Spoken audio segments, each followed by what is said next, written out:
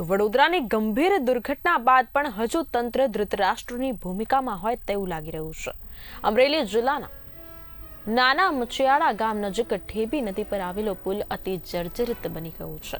આ જોખમી બનેલો પુલ ગમે ત્યારે ધ્વસ્ત થઈ શકે છે તેવા એંધાણો દેખાઈ રહ્યા છે। 45 વર્ષથી વધુ જૂનું આ પુલ અમરેલી બાબરા રાજકોટ નેશનલ હાઈવે પર આવેલું છે। પુલની હાલત એટલી ખરાબ છે કે વાહનો પસાર થતા પુલ ધ્રુજતો હોય છે।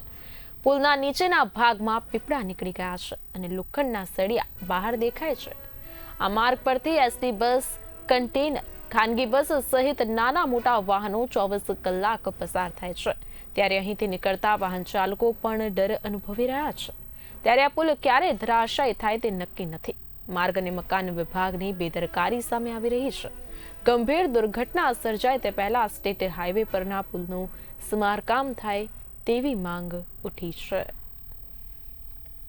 અંદાજિત 45 વર્ષ થયા છે અને પુલ અતિ જર્જરિત છે અને આમાં અવારનવાર પણ એક્સિડન્ટ થયેલ છે। પુલ નીચેથી વાહન પણ નીચે ગયેલ છે। તો આ પુલને જો તંત્રને અમે ઘણા વર્ષોથી રજૂઆત કરવી છે, લગભગ 3 થી 4 વર્ષથી અમે રજૂઆત કરેલ છે, તો તંત્ર કાંઈ ધ્યાન આમાં દેતું નથી।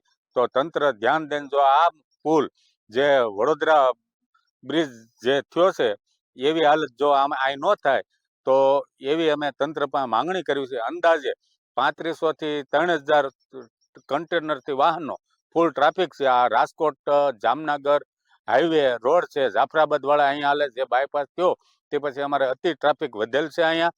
અને આ પુલ તો ઠીક પણ રોડે પણ હાંકડો પડે છે।